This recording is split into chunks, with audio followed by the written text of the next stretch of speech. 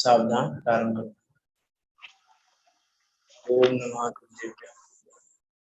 नमो अरिहंताणं नमो सिद्धाणं नमो आयर्याणं नमो वर्धायाणं नमो लोहे सत्चाहुणं मंगलम भगवान वीरो मंगलम गौतमो गणे मंगलम कुंद कुंदार्यो जैन धर्मोस्तु मंगलम सर्व मंगल मांगल्यम सर्व कल्याण कारकम प्रदानम सर्व धर्माणां जन्मं जयतो शासनम यस्य स्वयं स्वभावाप्ते आवेक तस्मै कर्मणः तस्मै संज्ञानरूपाय नमोस्तु परमात्मने प्रगटा सहज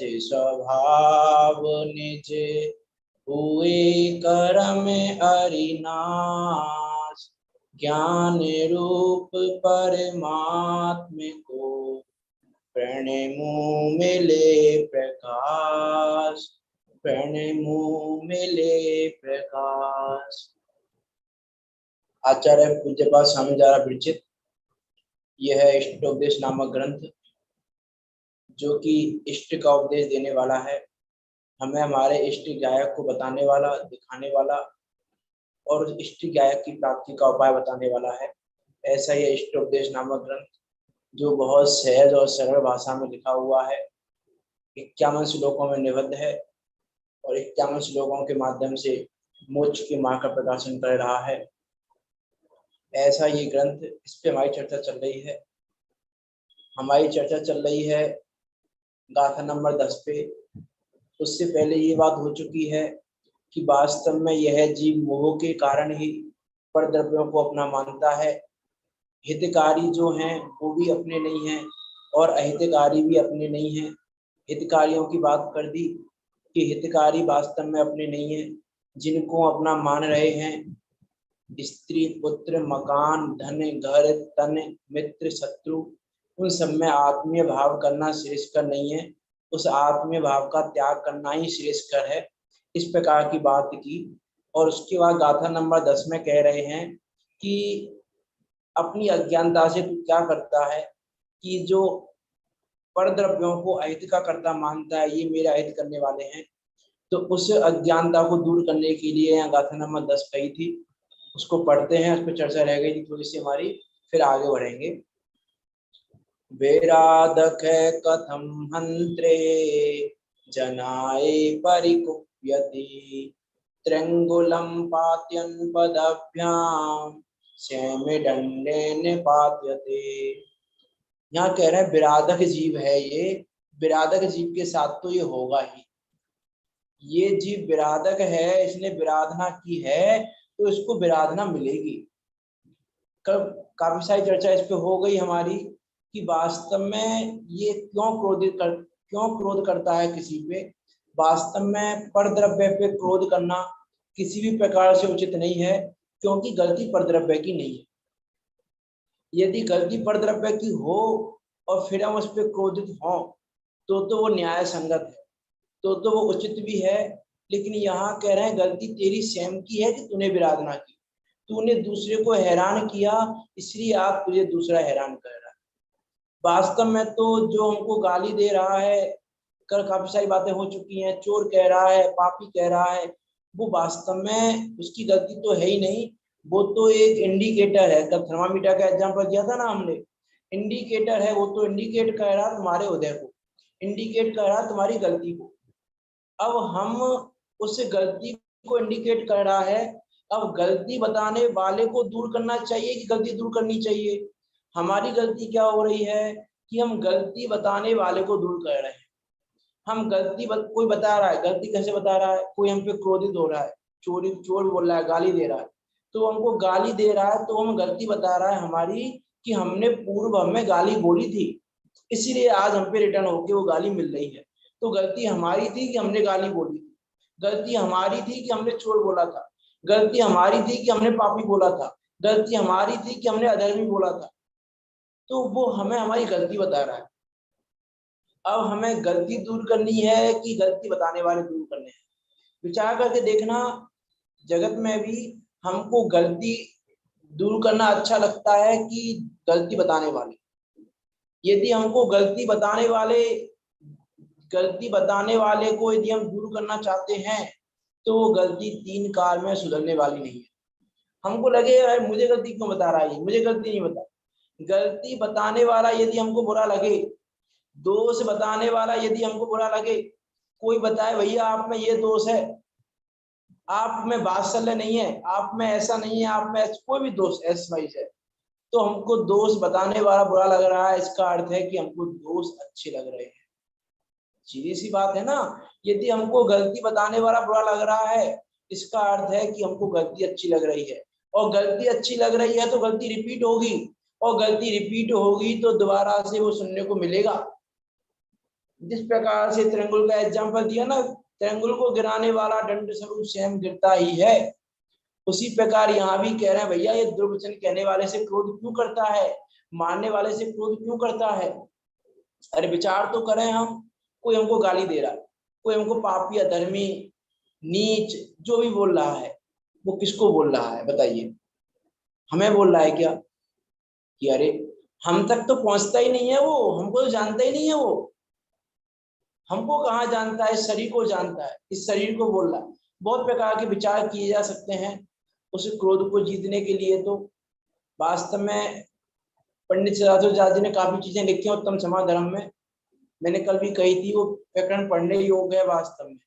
इस गाथा के संदर्भ में तो पूरा प्रकरण पढ़ा जाए तो बहुत अच्छा है, वैसे तो उस प्रकरण को आप पढ़ सकते हैं कि वहां पे इस प्रकार की बात है कि यार मुझे कहाँ दे रहा है, मेरी जाति को दे रहा है, मेरे कुल को दे रहा है, लेकिन मेरा कुल है कहाँ, मेरी ये जाति है कहाँ, मैं तो गायक हूँ, मेरे कुल को तो जानता ही नहीं है, मुझे तो जानता ही नहीं है ये, जिसको ये कह रहा है वो मैं हूं नहीं, और जो मैं हूं उस तक ये दुर्वचन पहुंचते ही नहीं है, उस तक तो गाली पहुंचती ही नहीं है। अरे गाली छूती भी नहीं है मुझे तो मैं दुखी क्यों हूं, मैं क्रोध क्यों करूं? इस पर विचार करना।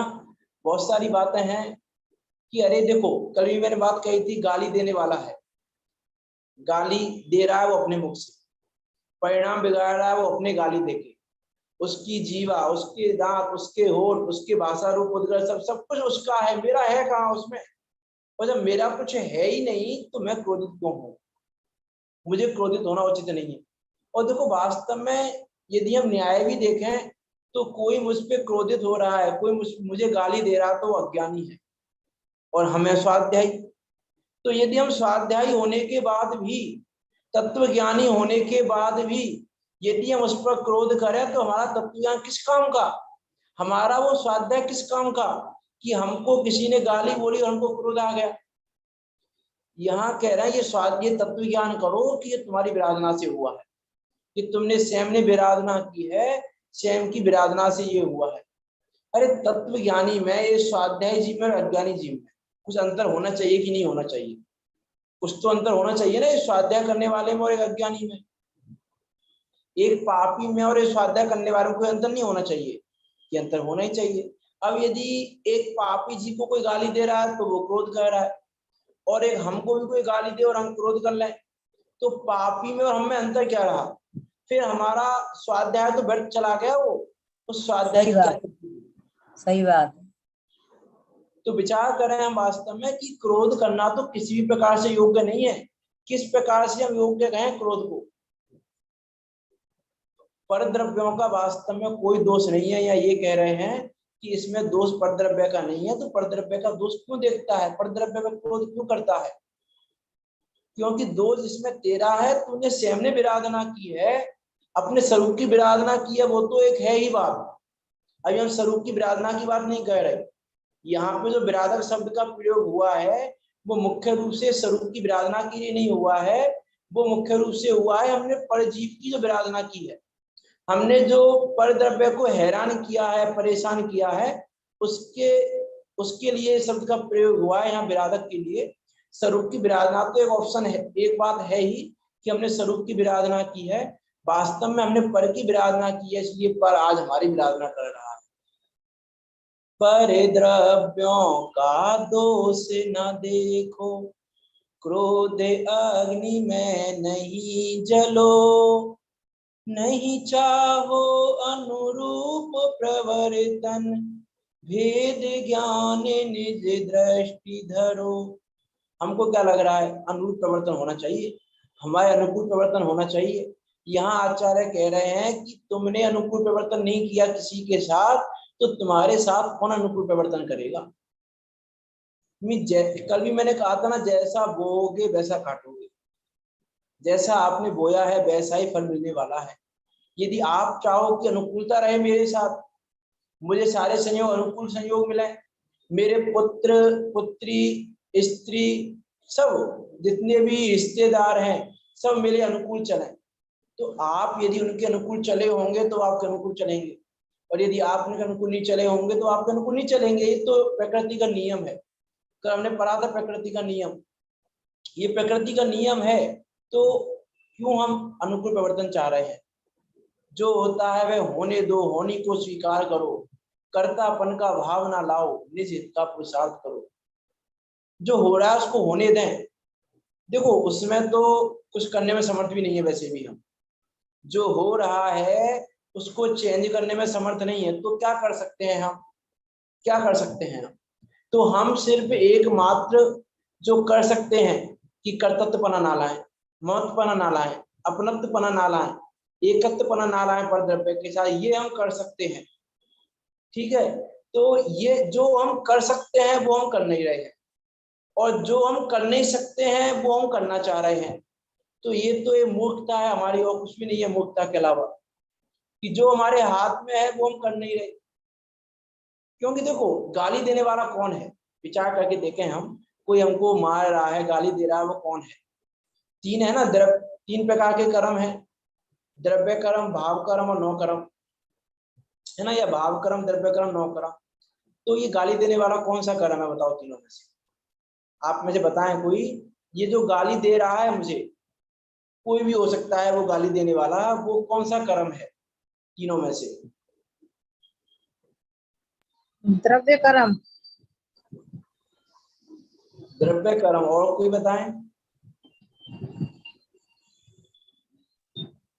गाली देने वाला पूछा है मैंने, गाली तो दे रहा है मुझे, वो गाली देने वाला कोई भी हो सकता है।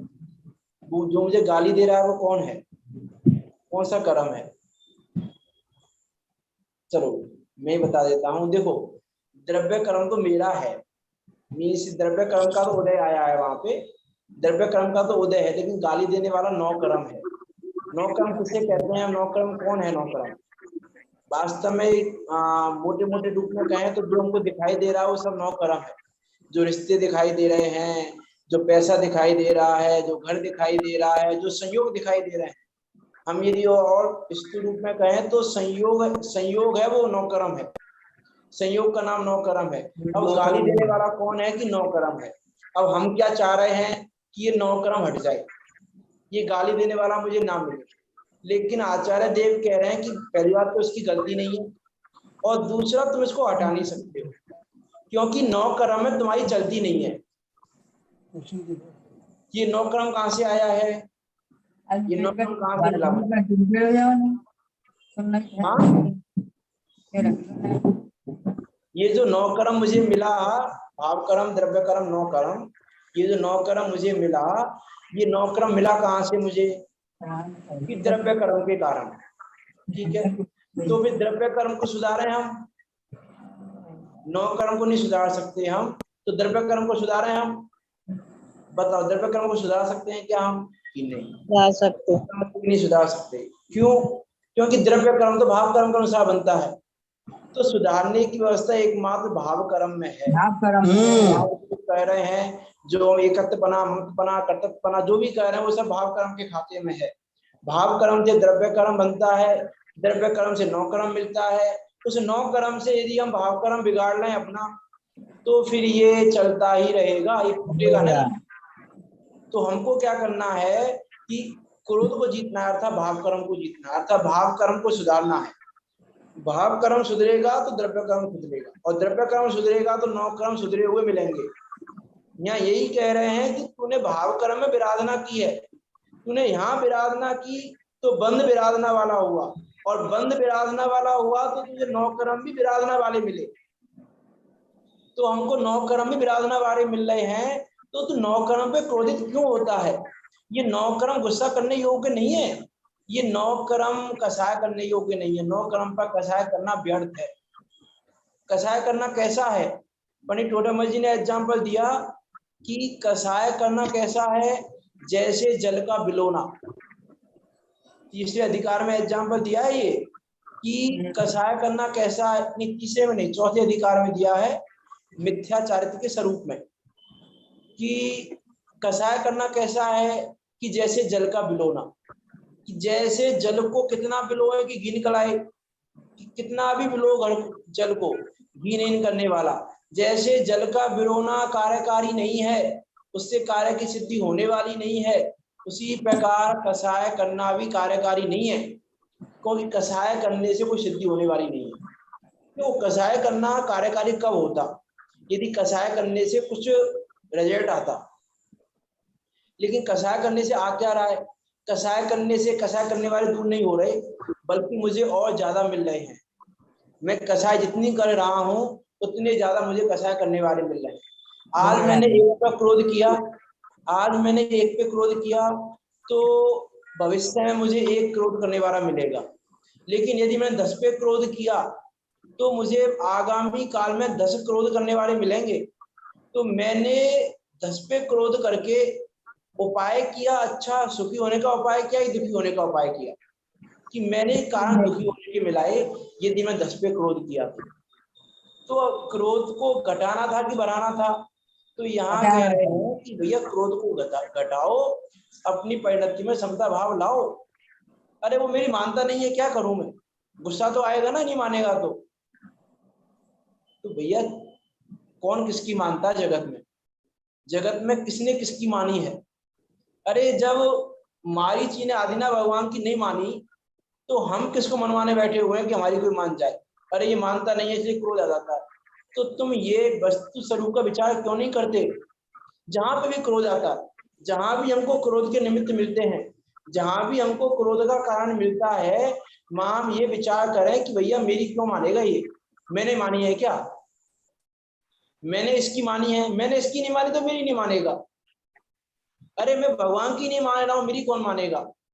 वो आती है एक लाइन उसमें सांत्वना अष्टक में, प्रभु की भी तूने नहीं मानी तो जग कैसे तेरी माने। कि हम भगवान की नहीं मान रहे, हमारी कौन मानेगा? तुम वस्तु स्वरूप की नहीं मान रहे हो और हम सोच रहे हो कि हमारी मान ले कोई, कैसे मानेगा? प्रकृति का नियम नहीं है ये। हम नहीं मान रहे किसी की तो कोई हमारी नहीं मानेगा। तो हम सोच रहे हैं कि भैया हमारी नहीं मान रहा इसलिए हम, ये कुतर्क है हमारा कि अब क्या करें। देखो देखो ऐसे भी तर्क देते हैं लोग कि अब क्या करें, देखो संसार में रह रहे हैं, अब संसार में रह के इतना नहीं करो घर छोड़ दें क्या? ऐसे भी कुतर्क मिल जाते हैं, तो घर छोड़ दें फिर हम? ये भी नहीं करना, ये भी नहीं करना, ऐसा भी नहीं करना, घर छोड़ दें फिर हम? कि अरे आराधकों ने घर में रहते हुए ही आराधनाएं की हैं। 9वीं प्रतिमा तक की 10वीं प्रतिमा 9वीं प्रतिमा तक तो गृहस्थी है ना, 9वीं प्रतिमा तक के जीव ने आराधना की है कि नहीं? कि घर में रहते हुए ये सारे काम किए हैं उसने भी। हमको लगता है कि अरे हमारी बात नहीं मानता, कि अरे वो मानेगा अपनी योग्यता से और वो मानेगा तुमने मानी होगी तो मानेगा, ये तुमने पूर्व में उसकी नहीं मानी होगी तो वह तुम्हारी नहीं मानेगा। तो देखो यदि मान ले तो अहंकार नहीं करना, और नहीं माने तो क्रोध मत करना, खेद मत करना। अरे मानता नहीं है मेरी बात, क्या करूं, बहुत समझा लिया मैंने इसको कि नहीं मानेगा। वस्तु व्यवस्था यही है, यदि माने तो सहज योग्यता अहंकार का भाव ना हो, और नहीं माने भवितव्य विचारो जिससे किंचित खेद ना हो। कि भवितव्य ही ऐसा है, इसका भवितव्य ऐसा है कि ये मेरी नहीं मान रहा है, जो हो रहा है वो होगा इसके साथ, इसका भवितव्य ही ऐसा है, क्या करें? हमने तो समझाने का प्रयास किया। आदिनाथ भगवान ने तो कह दिया उसको जो कहना था, अब वो नहीं माना तो आदिनाथ भगवान ने प्रयास तो नहीं किए, अरे सुनो उसको सुनाया हो, अरे भैया क्या कह रहा है, तीर्थंकर भाभी तीर्थंकर और ऐसा काम कर रहा है, हुकूमतों को चला रहा है, समझाने का प्रयास भी नहीं किया। विचार करके देखे और हमको क्या लग रहा है, अरे मेरे समझाने से, तो ये यही कहना चाह रहा है भैया तुम्हारे समझाने से कोई समझेगा नहीं, तुम्हारे मनवाने से कोई मानेगा नहीं, और कोई नहीं मान रहा है तो ये समझना कि मैंने इसकी नहीं मानी होगी इसलिए मेरी नहीं मान रहा। इस प्रकार की बातें यहाँ पे, बातें तो बहुत हो सकती हैं। आगे चलते हैं हम। टीका पढ़ ली थी हमने थोड़ी सी शायद, हाँ यहाँ पे थे हम। संसार में यह सुनिश्चित रीति है, पेज नंबर बता देता हूँ, पेज नंबर 26 है। संसार में यह सुनिश्चित रीति है कि जो जिसको सुख या दुख देता है वह उसकी तरफ से सुख और दुख को पाता है। अतः सामने अपकार करने वाले पुरुष के प्रति क्रोध करना अन्याय है, अन्याय युक्त है, अयोग्य है, ऐसा इस कथन का भाव है। यहाँ इस संबंध में दृष्टांत देते हैं, त्रिंगुल मित्ति आदि। गिराया जाता है अर्थात किसी के द्वारा भूमि पर पटका जाता है। कौन? कोई बिना विचारे काम करने वाला मनुष्य। किसके द्वारा? किसके द्वारा गिराया जाता है? दंड द्वारा, अर्थात हाथ में रखी हुई लकड़ी के द्वारा। किस प्रकार? स्वयं गिराया जाता है, किसी की प्रेरणा बिना ही गिराया जाता है, किसी की प्रेरणा से नहीं गिरता। क्या करते हुए? गिराते हुए, अर्थात भूमि की ओर झुकाते हुए।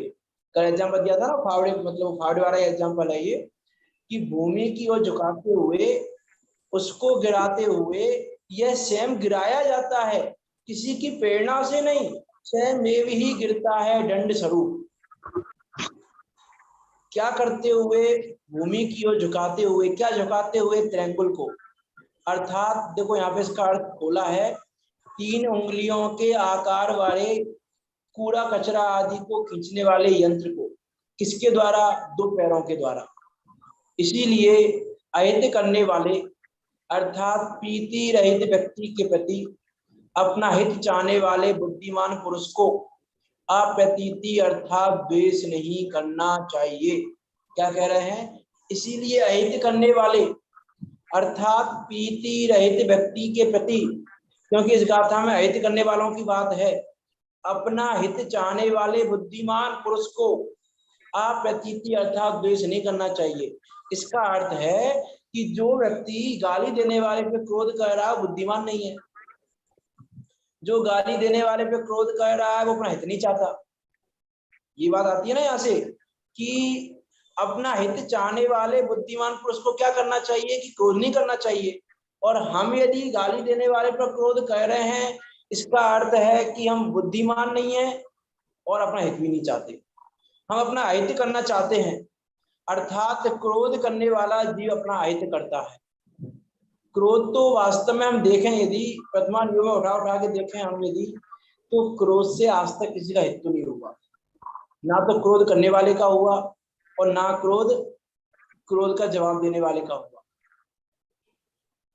अब कोई ये भी कह सकता है यहाँ पे, कोई ये भी तर्क दे सकता है यहाँ पे कि कब तक सहें, कब तक सहेंगे? एक बार हमने किसी की गाली का जवाब नहीं दिया, 2 बार नहीं दिया, 3 बार नहीं दिया, अब देना तो पड़ता है जवाब। कब तक नहीं देंगे हम जवाब? संसार में रहना नहीं है क्या हमको?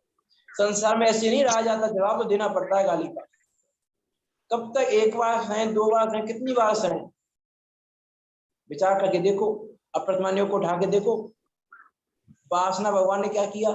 मुनिराज पार्श्वनाथ ने क्या किया? जवाब दिया, अरे इतने इतने भाव हो गए, तुझे मानता नहीं है, अब तो समझाना ही पड़ेगा तुझे। ऐसा भाव तो नहीं लाए। अरे जितना कर्जा है ना, उसे कर्जे को चुकाए बिना जा नहीं सकते, उसे कर्जे को चुकाना ही पड़ेगा। उस कर्मों ने तो तीर्थंकरों को भी नहीं छोड़ा, और हम सोच रहे हैं कि हमको छोड़ दे कर्म। हमने किसी की विराधना की और हमको लगे हमारी कोई विराधना ना करे। अरे जब कर्मों ने तीर्थंकरों को नहीं छोड़ा, तीर्थंकर से बलि तिनकी नहीं चली, मौत नहीं टली, जब उनके साथ कुछ नहीं हुआ, उनका सब कुछ हुआ है, उपसर्ग भी हुए हैं, गालियां भी दी गई हैं उनको, मारपीट भी, सब कुछ हुआ है ना, क्या नहीं हुआ है उनके ऊपर? तो उन्होंने क्या किया? हम कहते हैं कि हमारे आदर्श हैं तीर्थंकर। कैसे आदर्श है? आदर्श क्या होता है? आदर्श हम कहते हैं आदर्श हैं और काम करते हैं जो आदर्शों ने किए उसके विपरीत। विपासना भगवान ने क्या किया और हम क्या करते हैं, अरे 1-2 बार तो ठीक है हम सहन कर लेंगे, 10 बार तो हम सहन नहीं कर सकते, तो फिर तुम्हारे आदर्श पासना भगवान नहीं है। ये कहना छोड़ दो आप कि आपके आदर्श पासना भगवान है। आपके आदर्श पासना भगवान होते तो वहां पे आप ये विचार करते कि उन्होंने, देखो कमट के जीव ने जितना पुराना कर्जा था ना वो निपटाने के बाद ही क्षमा मांगी। देखा जाए तो ऐसा नहीं, जो कर्जा तो निपटाना पड़ेगा, कर्म तो छोड़ेगा नहीं। जितना कर्जा तुमने कर्म को दे दिया है ना, द्रव्य कर्म जितना बांध लिया है तुमने, वो तो उदय में आके गिरेगा ही। और जितने भव तक तुमने द्रव्य कर्म बांधा होगा उतने भवों तक वो छोड़ेगा नहीं आपको। कमट ने भी नहीं छोड़ा उसको, जीव को। और जब कर्जा पूरा हो गया क्षमा मांग ली। क्षमा मांगने का प्रसंग भी आ गया, विचार करके देखो 10 भवों तक क्षमा नहीं मांग रहा है, तो अचानक क्या हो गया उस जीव को, क्षमा मांग ली उसने, क्या हो गया अचानक, विचार करके देखें हम क्या हुआ अचानक उसने क्षमा मांग ली। अब उसमें बहुत सारे रीजन दिए जा सकते हैं कि उसने मुनिराज की क्षमता देखी, उसने मुनिराज को देख के भाव बदल गए, बहुत सारे रीजन दिए जा सकते हैं। लेकिन यहाँ इस गाथा के परिप्रेक्ष्य में यदि हम रीजन दें तो कर्जा समाप्त हो गया। जितनी विराधना उस जीव ने की थी, कमट के जीव की, उतनी विराधना उसने कर ली और काम खत्म। अब पासना भगवान के जीव ने उस बात की थी ना 3 कर्मों की, भाव कर्म को सुधार लिया। तो भाव कर्म को सुधार लिया तो 10 भव के बाद 9 कर्म भी योग्य हो गया, 9 कर्म भी अपने आप अनुकूल हो गया। वही 9 कर्म जो 9 कर्म 10 भवों से प्रतिकूल प्रवर्तन कर रहा था, प्रतिकूल चल रहा था, भाव कर्म को सुधारा पासना भगवान के जीव ने, तो 9 कर्म भी अपने आप अनुकूल प्रवर्तन करने लग गया। प्रतिकूल प्रवर्तन नहीं किया उसने, क्षमा मांग ली, चरणों में गिर गया। अब विचार तो करके देखें हम क्या कर रहे हैं। जो भावार्थ पढ़ते हैं, नहीं तो समय निकल जाएगा। गाथाएं तो ऐसी हैं वास्तव में कि जितनी चर्चा करो उतनी कम है, विचार करने वाली है। देखो भावार्थ पढ़ते हैं इसका। मनुष्य मिट्टी खोदने अथवा कचरा खींचने के लिए त्रिअंगुल को नीचे पटकता है, तब उसे स्वयं को भी झुकना पड़ता है। कारण, इसका कारण क्या है? अब कोई कहे क्या एग्जाम्पल दे रहा है, ये तो ऑटोमेटिकली प्रक्रिया झुकना ही पड़ेगा। यहाँ उस झुकने की प्रक्रिया को दंड स्वरूप में निरूपित किया आचार्य पूज्यपाद स्वामी ने कि उसका कारण है, देखो कारण कि उसका दंड। क्यों? देखो फावड़ा है, जैसे है ना, फावड़ा है तो फावड़े की जो दंड है, जो उसका हत्ता है, यदि वो बहुत बड़ा हो तो झुकना नहीं पड़े हमको, लेकिन उसकी ये साइज है, अब वो साइज इतना छोटा है कि वो नीचे जाएगा तो अपने को झुकना ही पड़ेगा। मीन्स हमारे झुकने का कारण क्या है? वो दंड। ये कह के यहाँ पे निरूपित किया है ये उदाहरण कि वो दंड है ना, हत्ता, डंडा है ना, डंडा बोलते हैं उसको, यहाँ दंड शब्द से निरूपित किया है। वो जो हत्ता है उसका, फावड़े का, त्रिअंगुल का, वो छोटा है। अब वो छोटा है तो जब ये उसको नीचे पटकता है तो त्रिअंगुल का दंड अर्थात वो हत्ता इसको नीचे पटकता है कि तू भी नीचे आ, कि दंड, वो दंड जो है वो उसको नीचे पटकता है। वही यहाँ पर कह रहे हैं कि उसे स्वयं को भी झुकना पड़ता है, कारण कि उसका दंड छोटा होता है। वह त्रिअंगुल को नीचे पटकता है तो त्रिअंगुल का दंड भी उसको नीचे पटकता है। इसी प्रकार यदि तुम किसी को दुखी करो और दूसरा कोई तुमको दुखी करे तो उस पर क्रोधित हो, यह कितना अन्याय है। ये तो अन्याय है ना, आपको दुखी करने की छूट है और सामने वाला आपको दुखी कर रहा है तो गलत कर रहा है। हमने उसको दुखी किया तो सही किया, और वो हमको दुखी कर रहा है तो गलत कर रहा है, ये तो अन्याय है। ये जगत में भी अन्याय कहा जाएगा। जगत में भी यदि हमने किसी को दुखी दिया है, जगत में भी देखो, एक हम वर्तमान वर्तमान के हिसाब से देखें, आज मैंने किसी को गाली दी और वो मुझे प्रत्युत्तर में गाली दे रहा है, तो हम क्या कहते हैं कि देखो गलती नहीं है इसकी। कोई तीसरा आदमी क्या कहेगा कि भाई उसकी गलती कोई ना, तुमने गाली दी तो उसने गाली दे दी, यही कहेगा ना, गलती तो नहीं बताया सामने गाली देने वाले की कि भाई इसने दी तो दी, तूने क्यों दी। ऐसा तो कोई नहीं कहेगा कि भैया गलती नहीं है इसकी कोई, क्योंकि तुमने दी तो इसने दी है। तो भाई यहाँ पर कह रहे हैं भैया तुमने इस भव में नहीं दी होगी, पहले किसी भव में दी होगी, उसका प्रत्युत्तर मिल रहा है, तो गलती कहाँ है इसकी। तो भाई यहाँ कह रहे हैं इसी प्रकार यदि तुम किसी को दुखी करो और दूसरा कोई तुमको दुखी करे और उस पर क्रोधित होना, यह तो अन्याय है। कारण कि संसार में यह बात सुनिश्चित है कि जो कोई मनुष्य दूसरे को सुख या दुख देता है उसको अन्य के द्वारा सुख या दुख प्राप्त होता ही है। अब यदि आप सुखी होना चाहते हो, जो इंद्रिय सुख भी पाना चाहते हो, तो दूसरों को भी सुखी करो, दूसरों को दुखी मत करो। जगत में भी कहा जाता है ना, मीठे बोल बोलिए। क्यों कहा जाता है मीठे बोल बोलने के लिए? कि मीठे बोल बोलने के लिए इसलिए कहा जाता है कि भैया आपको कौन से बोल अच्छे लगते हैं, मीठे की कड़वे? कि हमको कड़वे कड़वे सुन तो अच्छे नहीं लगते, हमसे को मीठा मीठा बोले तो अच्छा लगता है। तो आपको जो अच्छा लगता है तो आप वैसे ही शब्दों का प्रयोग करो, तो आप पे उलट के वही वही शब्द आएंगे। आप सोचो मुझे मीठे शब्द अच्छे लगते हैं लेकिन मैं तो कड़वा बोलूंगा, तो रिटर्न में कड़वे बोल ही निकलेंगे, मीठे बोल नहीं कर सकते। इसलिए चरणान योग भी जब जब बात करता है बोलने के संबंध में कि शब्दों का बहुत में सोच विचार का शब्दों का प्रयोग करना चाहिए, बहुत सोच विचार का बोलना चाहिए, सत्य बोलना चाहिए, मीठा बोलना चाहिए, अच्छा बोलना चाहिए। क्यों बोला जाता है?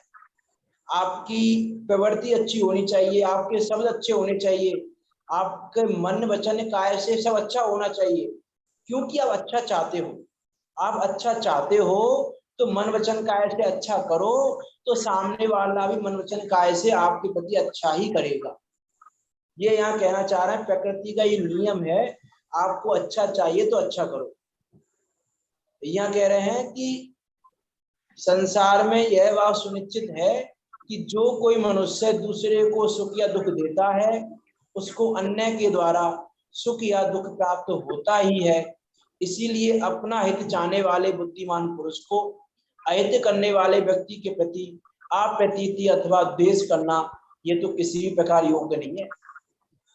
किस प्रकार योग्य है विचार करके देखें। किसी भी, यहाँ कहें किसी भी प्रकार आप कौन सा तर्क लाना चाहते हो सामने, जो तर्क आप सामने लाना चाहते हो, यहाँ कह रहे हैं उस तर्क से भी, जो भी आपको तर्क दोगे, यहाँ कह रहे हैं उस तर्क से भी क्रोध करना, द्वेष करना उचित है ही नहीं, किसी प्रकार से उचित नहीं है, क्योंकि वास्तव में गलती संयोगों की है ही नहीं।